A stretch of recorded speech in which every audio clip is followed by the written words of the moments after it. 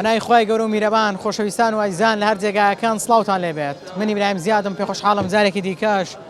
بە خزمەتی ئەوەی عزیز و خۆشەویست شاد دەبمەوە. ئەمڕۆ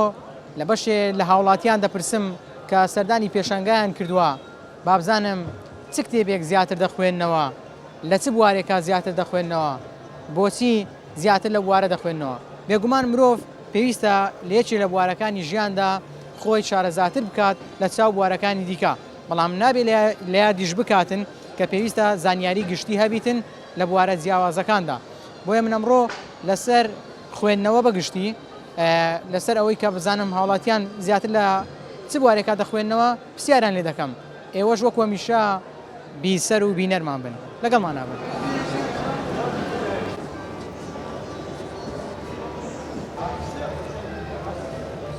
زاوی قسێکی جوانیە دەڵێ میلەتێک بخوێنێتەوە میلەتێکە نەبرسی دەبێت نەدەبێتە کۆیلە. پێویستە خانمان بە پلەی یەکەم بخوێنەوە، چونکە لە کۆتایە ئەبنە دایکی کۆمەڵگا بەتایبەت کتێبە دینیەکان ئینسان زیاتر بەرەو پێش دەبا لە ڕۆی دینی لە ڕۆی کۆمەڵایەتی. غیدای ڕۆح خۆراکی ڕۆخوێندنەوەیە.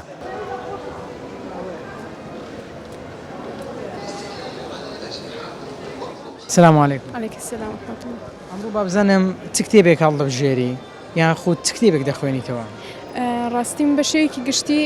کتێبە ئاینەکانم زۆر بەدڵە، چونکە هەم دەروونم ئارامترە بێتەوە لە سەردینەکە مطمئینترە بم و وەڵامیشم پێ بێ هەم بۆ خۆم یەکەم جار و هەر کەسێکیش کە بێوێ پرسیارێکی هەبێت بۆی زیاتر تی بگەێنم لە سەردینەکە. کەواتە کتێبە ئاینیەکان بوونەتە هۆکارێک بۆ ئەوەی با بڵێن جەنابەت لە ڕووی دەرونی و مرتاحتر بی، ئاسوودەتر بی. طبعاً بێگومان یعنی ئەو هۆکارە بووی کە من بەردەوام بە دوای ناونیشانە کتێبی ئاینەکانە بگەڕێم نووسەرە بە تواناکان لەو بوارانە. کتێبەکان کاریگەریان هەبوو لەسەر ژیانت؟ طبعاً بێگومان بۆی کە ڕنگدانەوەی زیاتری هەبوو لە ژیانما، زیاتر پێیوەست بووم و بەردەوام بووم الحەمدوللیلا لەسەر دینەکە. جگە لە کتێبی ئاینی کتێبی دیکەش دەخوێنیەوە؟ بێگومان کتێبی تریش دەخوێنمەوە وەک ناونیشانەکانی کتێبە دەرونیەکان یا فەلسەفیەکان، لەبەرەوەی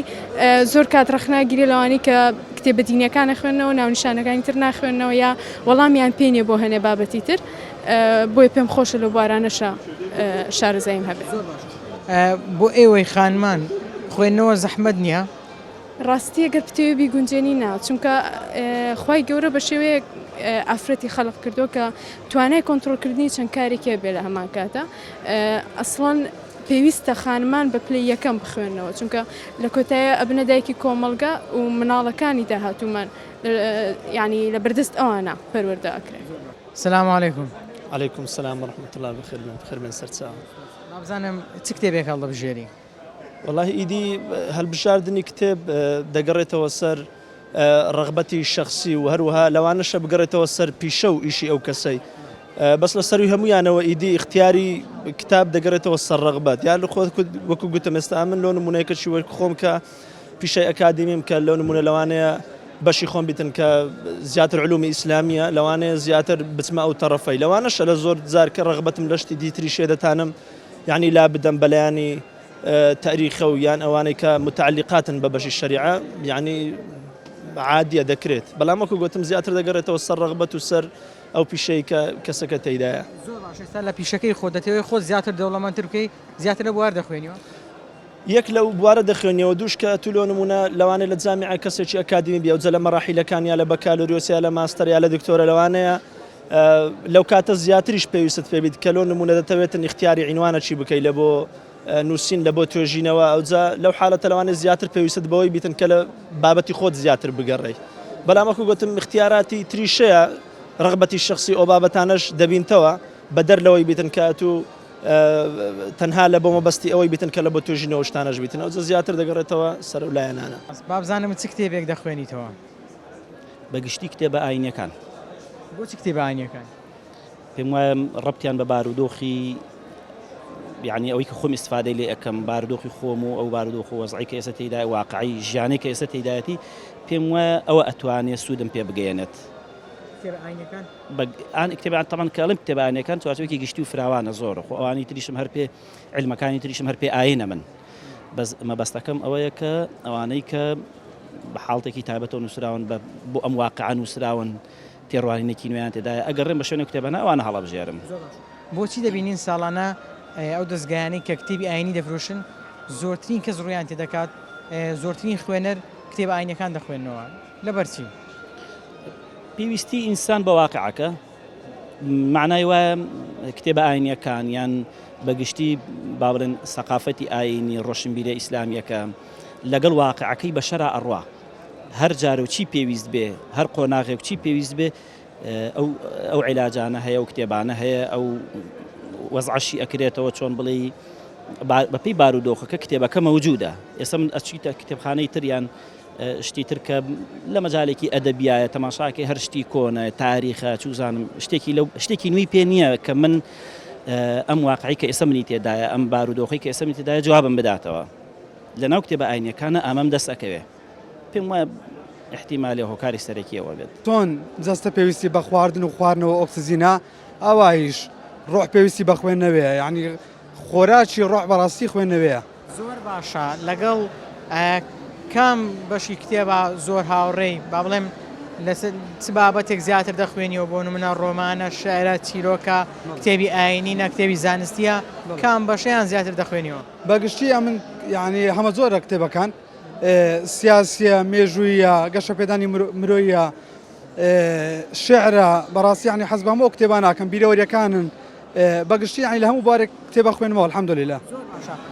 قسێکێ دڵێ لە هەموو شتێک بزانی بەڵام لە شتێکیش هەموو شتێک بزانێ جا تۆ کام لایەنت بۆ خۆت دیاری کردووە کە زۆر تێیدا باڵا دەستبی زانیاری زۆرتر بی لە وارەوە بەخۆی دەڵێ ئەوەی مێژووی خۆی نەزانێت خۆی ناناسێت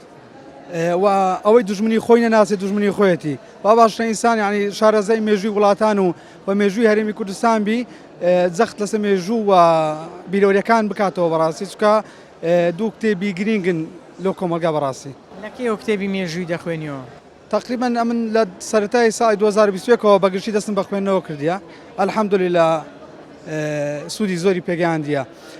ئەمین زاوی قسێکی جوانیە دەڵێ میلەتێک بخوێنێتەوە میلەتێکە نەبرسی دەبێت نەدەبێتە کۆیلە ئێستا کە ئەمڕۆ داشکان کراوە لە پێشەنگایە چەندێک ئەم داشکانە هاوکارە بۆ ئێوەی خوێنەر هەر بۆم منە تازە سێ چوار کتێبم کڕی یعنی لە بەنرخی بازار دەیکردە 35,000 لێرە توانی سوودمان بی بە 20,000 ینی طبعا مساعدەی خوێنەرانیان کردووە بەگشتی بەریارەوەڵە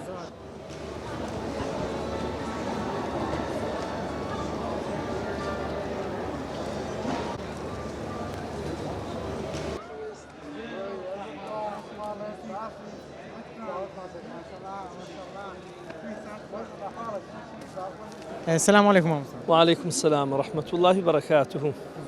بابزانم چی دەخوێنیەوە چ کتێبێک زیاتر هەڵ لە بژێری کەمڕۆ دەبینم لە نێو پێشەنگای کتێب بەڵێ سەرەتا بەنای خوای گەورە میهرەبان یخوا بەخێر بێن موفق بن و ئەو ڕاگەاندنەی کە ئیحتیمام پێدانە بە مەسائلی ئەو کتێبخانە و ئەو پێشەنگایی کتێب کە کراوەتەوە بەحقەتەن خۆی لە خۆیدا خوێندنەوە شتێکی زەرور و پێویستە و یەکێکە لە هەرە گرینگەکانی ژیانی مرۆڤ لەبەرەوەی بە خوێندنەوە تێدەگا و پێدەگا و بە خوێندنەوە بەرچاوی ڕوون دەبێتن دەتوانێتن باش و خراپی لێک جودا بکاتن تاریکی ڕۆناچی لێک جودا بکاتن و بەرچاوی خۆی ببینیتن و بزانی ڕاستەڕێ ببینتەوە لەبەرەوە یەکەم و شەشکەدا بەزیوە بەسەر پێغەمبەری نازدار عەلەیهی سڵات و ئومەتەکە ئیقڕا بخوێنە ئەو ئەمری خوایە خوێندن جا ئەوەی ئێمەش کە هاتووینە بەشداریمان کردو لێرە ئەوەی کە من دەیخوێنمەوە دوو بابەتە هەم کتوبی شەرعی دەخوێنینەوە بواری فقهی هەم لە بواری مەسائلی شتی ئەوەی دنیاویش پێویست بیتن جگە لە کتێبە ئاینیەکان کە پێویستە ئێوە بە بەرداوامی بخوێننەوە لە پاڵ ئەوەدا چ کتێبێکی دیکە دەخوێنیەوە بەڵێ وەڵام من زیاتر زۆر پێم خۆشە زیاتر بەو کتێبانەی پەیوەندی بە سێ بابەتەوەن یەک ئەخلاقی مەسائلی لەبەرەوەی پێویستە کۆمەلگا بینا بکرێتن لەسەر ڕەوشت بەرزی ئەمە یەکیان و دووەمیان ئەوەی کتێبەی پەیوەندی بە سیرەوەی ژیانی پێغەمبەر صلی الله علیه و سلم و سەحابە و پیاوچاکان و ئەو گەورانەی کە ڕێڕەوی ژیانیان گۆڕیوە لە خراپە بەرەو چاکە یان توانێتە کۆمەلگا بەرەو خێر بن بەرەو چاکە بن وەکو کە دەگوترێ عوظەماؤنا فی التاریخ ئەوجا کتێبی ئەوانە کۆمەڵێک لەو بابەتانە ئەو کەسایەتیە گەورانە کە توانیتیان گۆڕانکاری دروست بکەن هەموو بوارەکان لە ژیاندا و کۆمەلگیان بەرەو پێش بردووە ئەوەش کە لە بواری کتێبی دووەم یعنی سیار ژیان نامەی ئەو جەچ لی پێوەسم سەحابە ئەو پیاوە کەڵە پیاوە گەورانەی کە مێژوویان تۆمار کردێ و هەروە توانیتیان خزمەتەشی باش بە بەشەریت و کۆمەلگا بکەن ئەوەی کە گوتیشمان مەسائیلی قەزایی ڕەوشت کە زۆر پێویستە سێمیان ئەوە پەیوەندی بە بانگەوازی وەیە ینی پەیوەندی بە داعوەوەیە لەبەرەوە یەک لە ئەرکەکانی هەموو مسلمانان بەگشتی و بە تایبەت ئەوانەی کە ئەهلی التیزامن ئەهلی خەیرن ئەهلی ئیمانن ئەهلی سەلاحن پێویست دەکە بەردەوام بەشێکی ژیانیان لە داعوە بانگەوازدا سەرف بکەن وەک وەزیفە و پیشەی پێغەمبەران بۆ سەڵات و سەلامی خوان لەسەر پیا و چاکان و ساڵحینیش هەر لە ژیان و لە دنیادا ئاوا هاتوونەتە دوێ ئەوجە بانگەوازی لە خزم و کەس و نێزیکەکانی خۆی لە دەوروبەری خۆی بۆ ئەوی بتوانانی متەمەکین بی هەم لە فەنی داعوەی لە ئوسلوبی ئیقناع لە مەسایلی فەنی ئیتیصال ئەوانە دەخوێنمەوە زیاتر و پێم خۆشە خەڵکیش ڕوو لەو سێ بابەتەی زۆر بکاتن گرنگی دەزانم ئاماژە بۆ بکەم کە کردنەوەی پێشانگای لەم جۆرە بە تایبەتی لە ئێستا دەکا قەیرانی فکر و قەیرانی خوێنەر و خولاسە دەم هەیە بەڵێم سۆشیال میدیا کە هەموو گۆشەیەکی داگیر کردووە گرنگیدان بە خوێندنەوە بە کتێب بۆ خۆی جێی دەستخۆشیە سەبارەت بە ئەزمموی خوێندنەوەی خۆم لە ڕاستیدا من زیاتر بە دوای ئەو کتێبانەوەم کە پەیوەندیان بە پسپۆڕی خۆمەوە هەیە کە ئەدەبیاتە کە من زیاتر بە دوای ڕاستی توێژنەوەی ئەدەبی و ژان ڕێبەکان دەبەگشتی دەگەڕم ئەگەر لێت بپرسن چ کتێبێک بخوێنمەوە وڵامی تۆ بۆ بەرامبەر چییە؟ لە ڕاستیدا چ کتێبێک بخوێنمەوە پەیوەندی بەوە هەیە کە ئایا تۆ چیت لە کتێب دەوێت لە ڕاستیدا کتێب دەواازەیە کە بەرەو جیهانێکی فراوان و دەتوانی وەڵامی زۆرێک لە پرسیارە وجودەکان لە نێو کتێبدا بدۆزیەوە و بۆ ئەوی کە چی بخوێنیەوە بە لە ڕاستیدا ئەوەیە کە تۆ بە دوای چی معریفێکدا دەگەڕێی ئەگەر بە دوای معریفی ئاینیدا دەگەڕێی دەکرێت دەواازە کتێب ئاینەکانەوە شارەزابی لە ئەگەر بە مثلەن بە دوای خودناسیەوەی دەکرێت لە دەواازە کتێبە فەلسەفیەکانەوە یاخود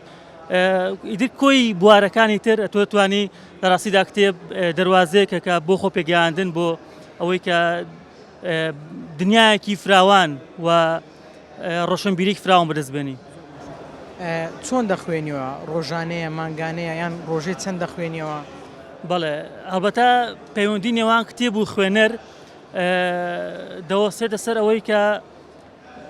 حەزت هەبێ بۆ ئیشەکە و من بە حکمەوەی کە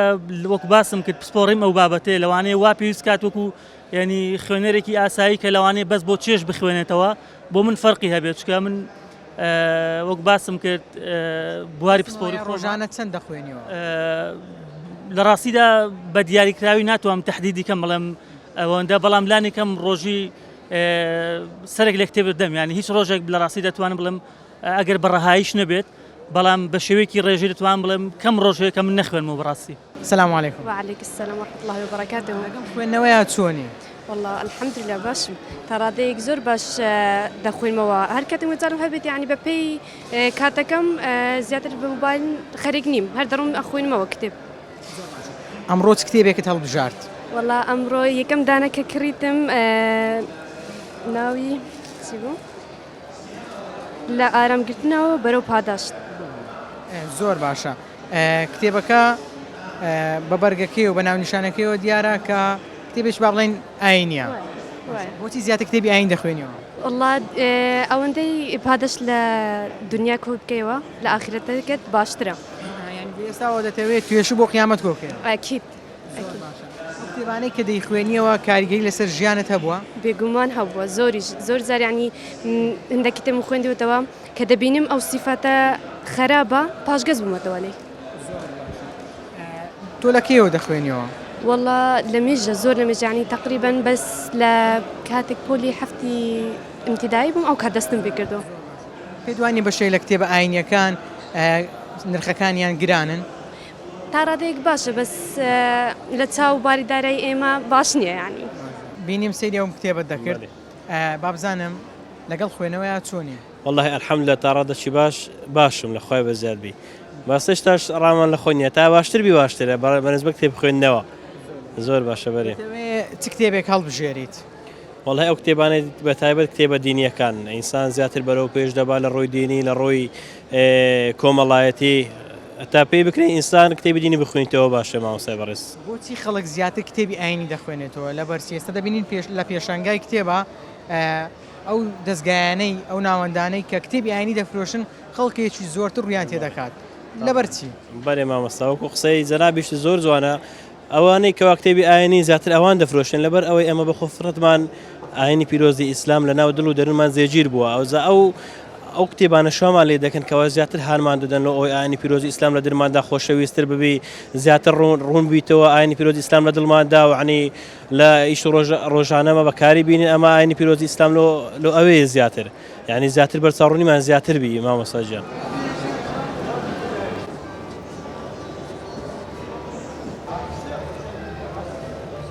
زاوی قسێکی جوانیە دەڵێ میلەتێک بخوێنێتەوە میلەتێکە نەبرسی دەبێت نەدەبێتە کۆیلە پێویستە خانمان بە پلەی یەکەم بخوێنەوە چونکە لە کۆتایە ئەبنە دایکی کۆمەڵگا بە تایبەت کتێبە دینیەکان ئینسان زیاتر بەرەو پێش دەبا لە ڕۆی دینی لە ڕۆی کۆمەڵایەتی غذای ڕۆح خۆراکی ڕۆخوێندنەوەیە.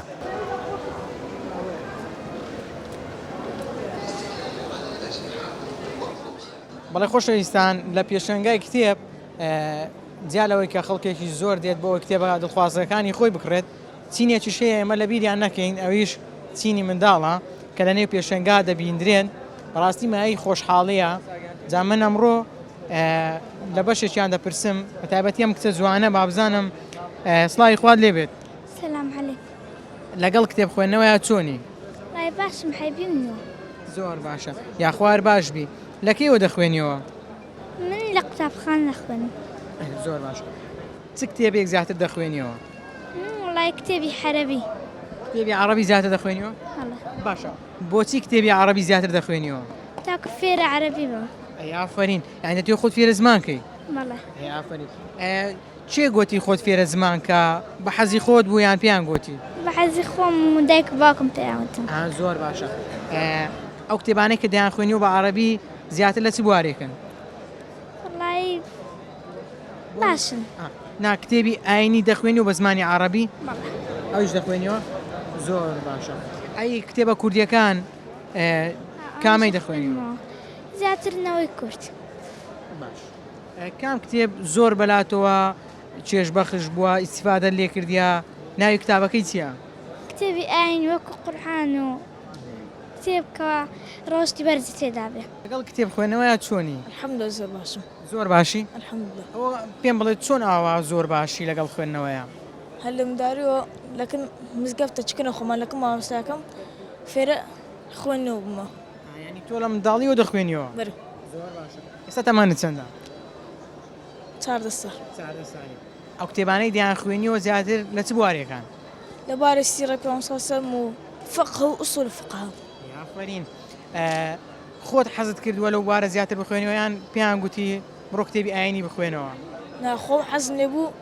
هەلمدارە حەزی خولیای ئەو کتێبخینە و مەلایەتی بۆ ینی تۆ دەتەوێت لە داهاتوو ببی بە مەلایە الحەمدە ئینشاءالله جا مەلا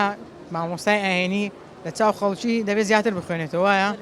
تۆش ئەوە داناوە کە زیاتر بخوێنیەوە ئەرێوەڵە ئینشاءالله ئەمڕۆ هیچ کتێبێکت کڕی؟ والله تازە هاتمەوە لە دوێگەڕە لە دوو کتێبەکە دەگەڕێ ئێستا إحياء علوم الدين تفسير ابن كثير السلام عليكم وعليكم السلام ورحمة الله وبركاته بابزانم ئەتو چەند دڵخۆشی و ڕۆهاتی کتێبخانەی پێشەنگای يعني فيرا خوشة قرآن الكريم فيرا قرآن تخينين ئەتو قورئانی دەخوێنی؟ بله هەتا فێری چ بی؟ فعلي قرآن ديني أخلاقي یعنی دەتەوێت خۆڕەوشتت جوان بێت بله زۆر باشە چێ ئەتوی فێر کرد هاوکاری توی کردیا؟ چه؟ چی هاوکاری توی کردیا تا فێری ڕەوشتی جوان بی فێر ئەخلاقی باش بی؟ بوبوي بابت فێری کردی؟ أري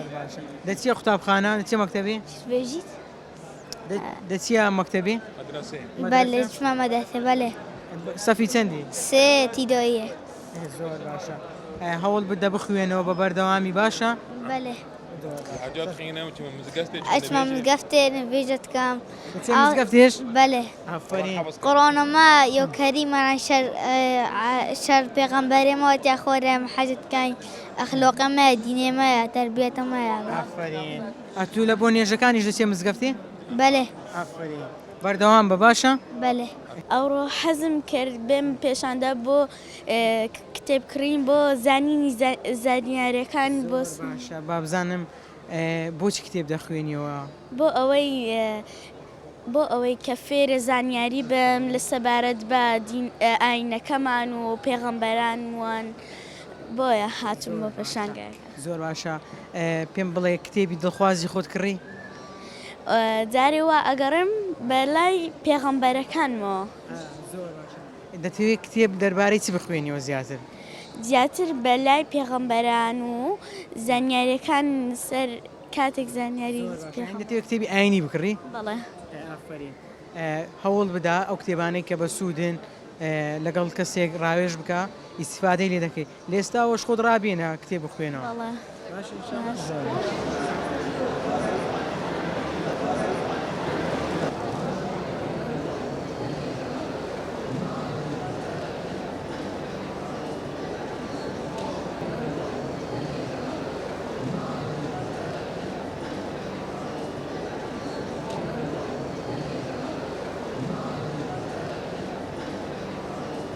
السلام عليكم. السلام ورحمة الله وبركاته. بخير بين أخوة.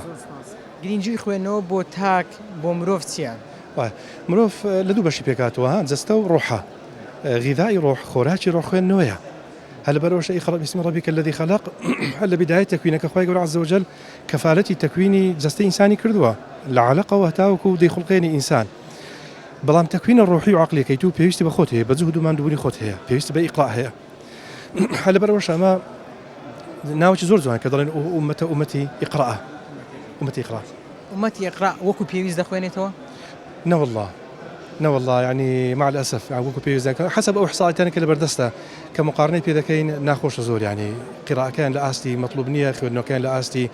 مطلوب نية أو خلق كذا شخوينو مع الأسف يعني بنسينو بنماشي ولديان لوخان دارنا رشتوا إستفادة لخينا كينا كنزور ببراورد كاد لبيشنجا دقرين دبينين ناوندكان دبينين ببراورد بناوندكان ديكا أو شناني أو ناونداني ككتيب عيني دفروشن خەڵکێکی زیاتر ڕویان تێدەکات هۆکارەکەی بۆچی دەگەڕێنەوە ئەو شعبە ئیسلام دۆستە و شعبە مسلمانە ئەو شعبە ئیسلامی خۆش دەوێت یعنی کورد لە هەموو قۆناغەکانی کە پێ تێپەڕیە هیچ فکرێکی منحرف نەیتوانێت ناو کوردستان خۆی دامەزرێنی یعنی لۆ ئەوانەی کە وەکو بڵێشان لە دینی کورددان دەیانێت دینەکەی بگۆڕن یانکوشان ینی ڕەحم بە قۆچەکەی شاقی خۆیان بکەن ململانیان لەگە شاخەچی کورد مستحیل این واز ئیسلامەتی بینی هەر لەبەر بەڵگەری هەندێش ئەگەم لە حەستان کردبی ئەو هەموو پێشانگایەوە نیە دەکرێتەوە کتابی دینی دەرەجە یەکەمە اینجا ئەوەش خۆی لە خۆیدا ئاماژەیەکی زۆر کە ئەو کوردە ئیسلام دۆستە ئەو کوردی ئیسلام دۆستە ینی پرسیارێکی تایبەت بکەم بەڕێزت جگە لە کتێبە ئاینیەکان کە پێویستە بخۆت شارەزای زیاتر بێت بەڵام لە پاڵ ئەوەدا هیچ کتێبێکی دیکە دەخوێنیەوە کە با بڵێن پەیوەندی بە ئاینەوە نەبێت والله بابلين أجر كتابة كان بابلين ديواني كان كردية كان بيوني ديواني الشعر هم تقريبا من هي ديوان الشعر العربي كان هم هي بتهاي بدي ديواني متنبي زور بي متأثر يعني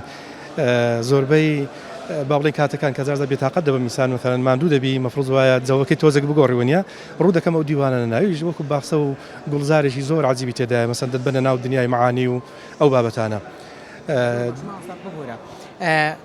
باسی کتێب مان کرد کە کتێب گرینگە مرۆڤ خوێنێتەوە بەڵام پێش دوانێ بەشێک لە نووسەرەکان بەشێک لەوانەیە کە کۆمەڵە کتێب هەیە دەخوێنەوە دواتر گۆشە گیر دەبن لە چوارچێوێکی دیاریکرا و بیر دەکەنەوە پێ دوانێ بەشێک لە کتێبەکانی زیانیان بۆ مرۆڤەیە لە جیاتی ئەوەی مرۆڤێکی تەندروست و ڕێک دروست بکاتن ئەگە بێت و ئینسانێکی مەوسوعی نەبی ئەگە بێت و ئینسانێکی لە هەموو بارێک نەخوێنیتەوە بخۆی مفروض وای لە هەموو بارێک بخوێنیەوە ئینسان وانە مسلمانێک فقط اهتمام بالتاريخ ندا ياخذ وقت بفقه الشريعات الى نا بفكر مثلا اورو زو جرينجا اهتمام تشيك زور بفكري بواري فكري واش بدي كبزاين تاخذ سول ما لقوا دورو برا او واقع او زمني اورو ما سردمي اورو ما سردمي سرعتها سون ما مر لقى واقعي استمام كيد او بابتش زو جرينجا لو يقد دهن دابرين لا فقط خذ لزاويتي حشار دابي او كانت اشكالات زور لو درس دبي سندي جرينجا ناوند كان او ناوند اسلاميانا زياتر هاوكاري خلشي بكن تاوكو خوينري زياتر ريان تيبكات والله بصراحة يعني قليل لنا وند كان يعني بصراحة تشتكي ديارديكي مثلا دائما تركيز لسويده كان ككام كتاب زيادة دفروشي بس عندك كتاب هي قيمة علمية أو كتابي قيمة كما زور قيمة علمية عندك كتاب هي تشبيه نبي يعني وكوي ككابرا زريدي كدي خوين تو دوا بكل شيء زاري دوما وكو مصدر بكارناي لو النخبة لو بوارو النخبة نخبي إسلامي ياخذ نخبي غير إسلامي لو بار مقدور انت رادت شيك زار زور مثلا کتوب هەیە زۆر گرنگە تۆ سیسلی کتابەکانی ئەوان بخوێنیەوە بەڵام کابرا حەز لە کتێبێکی وەکو فاست فوتەشی خواردنێکی سەریع و ئەو زۆرە بابەتانە ئەوە ئیشکالە ینی ومێت دەکەم طبعا ئەوانیش لەبەرەوەی دەوڵەت پشتیوانیان ناکە ئەو ناوەندانی طبعی ناسارن ینی ئەو کتێبانە زیاتر طبعکەن کە ڕەوا زیاتر خەڵک زیاتر دەیەوێت لەگەڵ کتێب خوێنەوە چۆنی الحەمدولله بڵێم زۆر باشم نا لەبەر ئەوەی کە بە حکمی داوامی کولیە لەبەرەوەی داوامان هەیە و مەسئولیاتی ترمان لەسرە بەڵام لا کۆلێژی پەرستاریم ئەو کتێبانە دەخوێنی و کە پەیوەندی بە بابەتەکەی بەڕێستەوە هەیە لە بەشەکەی بەڕێستەوەیە ڕاستی بڵم تەنیا ئەو بابەتان ئەخوێنمەوە نا ینی تێکەڵە تەنیا بۆ بابەتەمەوە نەگوتوە بەڵام لە بوارەکەی خۆما ئەخوێنمەوە لە بواری ئاینیا ئەخوێنمەوە ینی هەوڵم یاوە تەنسیقێکی باش دروستکەمە لە بینی بوارەکانە من کتێبێک دەبینم لە دەستێت کتێبێکی ئاینیا لەگەڵ کتێبە ئاینیەکان ناچۆنی الحەمدولله زۆر باشە کتێبە ئاینەکان دەخوێنیویان چ بابەتێ ڕاستی بڵێم بەڵێ زیاتر کتێبە ئاینیەکان هەوڵم یاوە سوودیان لێ وەربگرم لەبەر ئەوەی تاکی موسڵمان ئەگەر بیەوە زیاتر خۆی بەرەو پێشەوە ببات و زیاتر لە دینەکەی شارەزا بێتکەوە ئەرکی سەرشانی هەموو موسڵمانێک و بەتایبەتی گەنجانیشە وێ زەڕورە بتوانێت ئەو کتێبانەی کە تازە بڵاو ئەکرێنەوە یان ئەو کتێبانەی کە لە بواری ئاینیا هەن بتوانێت لەیان شارەزا ببێت کام کتێب زۆر کاریگەری لەسەر ژیانت هەبوو واللهی کام کتێب زۆر کاریگەری هەبوو بێت یەکەم کتێب طبعا قورئانی پیرۆز بووە کە بەتایبەتی کاتی تەفسیریشم خوێندێتەوە بەڵام کتێبی زەینەبیش کە کاتێک خوێندمەوە وەکو ئافرەتێک زۆر سوودم لێ بینی باسی چی دەکرد زیاتر باسی ئەو خوڕەوشت و ڕەفتارانەی ئەکرد کە وەکو کچی پێغەمبەر صلی الله علیه وسلم هەی بووە لە هەمان کاتەوە وەکو کچی دایکە خەدیجەش ئەو ڕەفتار و خوڕەوشت و هەڵس و کەوتانەی کە هەیە بۆ زۆر کاریگەری لێ کردم پێشنیاری تۆ بۆ خوێنەرێک یان بۆ کەسێک کە گوێ بخوێنێتەوە کام کتێبی بۆ دەستنیشان دەکەی پێی دەڵێ بخوێنێتەوە ئەوانی کە لە بواری ینی ئەخوێننەوە ضرورە کە ئەوە هیچ لە ڕووکەشەوە تێ نەکەون بەڵام ضروریشە پێش ئەوەی هەر کتێبێک بکڕن ڕاپرسی بکەن بزان پێشتر کێ ئەم کتێبێ خوێندوێتەوە ڕابۆچوونی چییە لەسەری چکە بەداخۆ ئێمە لە ئێستاە لە زمانێکە ئەژین کە جاری وایە زۆر بە شانواڵی کتێبێکە هەڵ ئەدرێ بەڵام لە کۆتاییشا کە ئەخوێنرێتەوە جگەل لە بیرکردنەوەی چەوت و خراپ شتێکی تری زیاد نەکردووە بۆ بیرکردنەوەی ئەم کەسە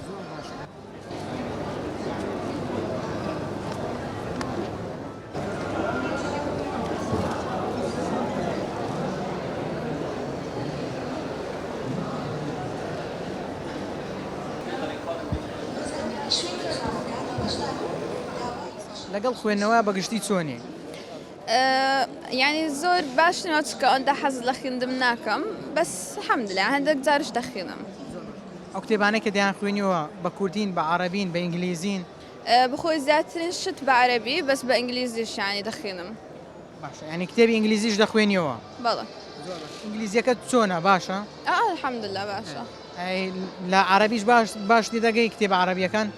بەڵێ زۆر باشتر دەکەم ئەو کتێبانە کە دەیان خوێنیەوە زیاتر ڕۆمانێن یان بابەتی پزیشکین چ بابەتێکە بە عەرەبی زیاترشت ڕۆمان ئەو شتانەی دەخوێنم لە ئەوەش ئینگلیزیش کە خەیاڵ ینی خەیاڵ و ئەو شتانە بن و بابەتی پزیشکی یانی من هەر دەیخوێنم یانی بەس هەتا ئێستا کتێبم نەکڕی ینی هی بابەتی پزیشکی بەس هەیتم ئەمڕۆ کتێبت کڕی لە پێشەنگە بەڵێ بەس یەک کتێبم کڕێ حەزم لە کتێبەکانی بواری تەنمیە بەشەریە و لەگەڵ بیرەوەری و مێژوو زیاتر کتێبی گەشەپێدانی مرۆی دەخوێنیەوە ئەخە ڕاستیەکەی ئێستای ئیشەکەی من دیارە لەبەرەوەی من کورتە ڤیدیۆ شت دەکەم وا پێویست دەکە کە زیاتر لە بوارەدا خۆم دەوڵەمەند بکەم ئەوەی زیاتر یعنی چۆن دەڵێ ببیە کەشتیەکی ڕزگارکرد لە تاریکی دەریا مرۆڤەکان ڕزگارکەی ئیتر ناچارم جاری وانە بۆ منە ئەو کتێبانەی کە گەشەپێدانی مرۆیین مرۆڤ تووشی خەیاڵ پڵاوی دەکەن ناوانە ئەوە کۆمەڵی کەسێک هەن بە تایبەتی ئەوانەی کە تۆزێک لەگەڵ بینیان خۆش نییە لەگەڵ با بڵێن گەشەپێدانی مرۆیی ئەوانە ئەجینا خۆی ئەگەر بێ ئەسلی حەقیقەت گەشەپێدانی مرۆیی قورئان گەشەپێدانی مرۆییە کاتێک کە پێغەمبەران هاتوون بانگەشیان کردووە بۆ دینی ئیسلام و لەوەی کە مەسەلەن مرۆڤ لە حەیات و لە ژیانی خۆیدا ناومێد نەبی و بەرەنگاری سەختیەکانی ژیان ببتەوە بەرەنگاری کۆسپوتەگەرەکانی ژیان بتەوە هەر خۆی گەشەپێدانی مرۆییە ئیتر من لە قورئانەکەم وان پێ دەڵێ من ناچم مەسەلەن بۆ نمونە وتەی تۆنی ڕۆبنزود بۆ بێنمەوە یاخود برایەن ترێسیت بۆ بێنمەوە نا من هەر لە قورئانەکەی خۆم کۆمەڵک شتی تێدایە کۆمەڵک ئاەتی تێدا ئەوانە هەر خۆی گەشە پێدانی مرۆیە کاتێک کە خوای گەورە پێ دەڵێ کە ولا تقنطوا من رحمة الله ئێوە هەر گەشە پێدانی مرۆیە خۆ گەشە پێدانی مرۆی هەر ئەو شانە باز دەکا بێئومێد مەبە ناومێد مەبە نەکەی غەمباربی نەکەی دڵتەنگ بی خوای گەورە لەگەڵتا ئارام بگرە وایە نا کەواتە کەسێک کە خەم باڵی بەسەردا کێشاوە لە ژیانیدا زۆر غەمبارە ئەگەر کتێبە گەشە پێدانەکان بخوێنێتەوە کتێبانێک کە تایبەتن بە بواری گەشە پێدانی مرۆیی پێ دوانیە لە پاڵ ئەوەدا ئومێد و هیوایەکی بۆ دەگەڕێتەوە بە تاکید چونکە دەزانین چیا یەک شتەیە ئەتوو ڕنگدانەوەی ئەو شتەی کە دەیخوێنیەوە با بڵێن چ شتێک ئەتوو زۆر بخوێنیەوە ئاوات لێ دێ ئێستا مەسەلەن بۆ من ئەگە پیاڵەیەک بینی پڕی چابیتن ئەگەر هەر ئاوی تێکەی بە بەردەوام وردە چایەکە نامینێ ئاوەکە پاک دەبتەوە باشە بیری ئەرێنی ئەگە بخێناو مێشکتەوە بە بەردەوام ئەتوو بڵێ من دەتوانم من لەو کارەدا سەرکەوتو دەبم ئاوات وەی لێ دێ سەرتاپەی مێشکت داگیر دەبی بەو شتا واتە بیری ئەرێنی وات لێ دەکە بەرەو پێشەوە بڕۆی هەنگاو بەرەو پێش خوای گەورە تەماشاکە بزان سیرکە هەر تەماشا جسمی ئینسانکە خوای گەورە سەر و کەلەی ئینسانی چۆن دروست کردووە وفي أنفسكم أفلا تبصرون ئێوە تەماشا خۆتان بکەم زان خوای گەورە چۆن ئێوەی دروست کردووە لە ڕوانگەی جەستەی خۆتانەوە بڕوان نەژیان دەی باشە دوو چاوی ئینسان لە پێشەوە دروست بووە بۆ لە پشتی سەر نییە بۆ لە تەنیشتەکان نییە لەبەرچی لەبەرەوەی خوای گەورە پێ دەڵێ کە تو سەیری پێشەوە بکە سەیری داهاتوو بکە داهاتوو بنیاد منێ ئاور لە دواوە مەدەوە دەیکەواتە ئەوە پێمان دەڵێ کە من نابی خەمێک لە ڕابردوو هەم بووە هەر خەمی لێ بخۆم هەر خەمی لێ بخۆم ئیتر بەرەو دواوم بباتەوە پەڵکێشم کە بەرەو دواوە نا تازە ئەوە شتێک بوو ڕوویدا ئیتر ئەمەش ئەوەمان دەوێت لە مرۆڤەکە ئەوەمان دەوێت کە فێری ژیان سازی بن لەمە دووە ئەوەندە خەم لە ڕابردوو مەخۆ تازە ڕۆی بۆ قەدەر تازە شتێک هەتا هێشتان تا ڕووی نەدایە ئەوە لە دەستی خۆت بووە خۆت توانیتە تەحکومی پێ بکەی بەڵام کە ڕوویدا بۆ مێژوو ئیتر ئەو کاتە دەبتە قەدەر دەستی توی تێدا نییە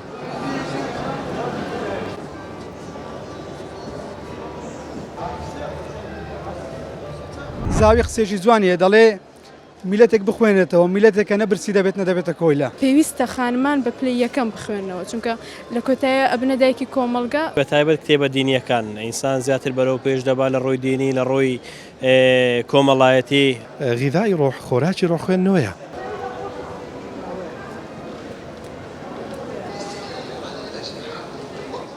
بەڵایزان و خۆشەویستان ئەوەی بینیتان و بیستان سەرنج و تێڕوانی بەشی لە خوێنەران و وڵاتیانی شاری ئەولێر بوو لەسەر خوێندنەوە بەگشتی خوێندنەوە بۆ مرۆڤ خۆراکی ڕوحە چۆن لاشەی ئێمە پێویستی بە خۆراک هەیە بەڵام ڕوحی ئێمەش لەبیر نەکەین پێویستی با خوێندنەوە هەیە مرۆڤ نابێ خوێندنەوە لە یاد بکە لە هەر بوارێک لە بوارەکانی ژیان ئەگەر دەتەوێت سەرکەوتوو بی ئەگەر دەتەوێت شارەزاتر بی تۆ دەبێت بخوێنیەوە دەبێت ئاگادار بی بزانی چی دەخوێنیەوە خۆ هەموو کتێبێکیش باش نییە ڕاستە کتێب بە شێوەیەکی گشتی باشە بەڵام دەبێت ئاگادار بی کتێبی چ نووسەرێکیش دەخوێنیەوە مرۆڤ دەبێت خۆی شارەزاتر بکە دەبێت خۆی پڕ ئەزمونتر بکە لە ڕێگای خوێندنەوە چونکە کەسانێک ئەزمونێکیان کردووە لە ژیان تاوەکو کتێبێکیان نووسیوە بۆیە مرۆڤ دەبێت ئەو ئەزمونانە وەربگرێت خۆشەویستان من ئەمڕۆ سەرنجمدا ئەو دەستگایانەی کە کتێبی ئاینی دەفرۆشن خەڵکی زیاتر ڕویان تێدەکات لە چاو ئەو دەستگایانەی تر ئەمەش پێمان دەڵێ ئاینی پیرۆزی ئیسلام هاندەرێکی باش بۆ ئەوەی خەڵکی ڕوو لە خوێندنەوە بکەن یەکەم ئاەتیش لە قورآنی پیرۆز کە دابەزیوە هانی مرۆڤایەتی دەدات بۆ ئەوەی بخوێنێتەوە پێی دەڵێ ئیقرا بە ناوی خوا واتە بخوێنەوە بە ناوی خوا چونکە بەشێ لەو زانستانەی کە ئەمڕۆ هەن لە یاد نەکەین مرۆڤ بەدەستیەوە دەناڵێنێت ئەم هەموو چەکە کە دروست دەکرێت مرۆڤی پێ لە ناو دەبردرێت هەر لە ڕێگای زانستەوە بووە بەڵام زانستەکە خراپ بەکارهێنراوە بۆیە دەبێت ئاگادار بین زانست و زانیاری بە شێوەیەکی باش بەکاربێنین تا پرۆگرامێکی دیکە بەخوای گەورەتان دەسپێرم هەر شاد و کامەران بن خواتان لەگەڵ.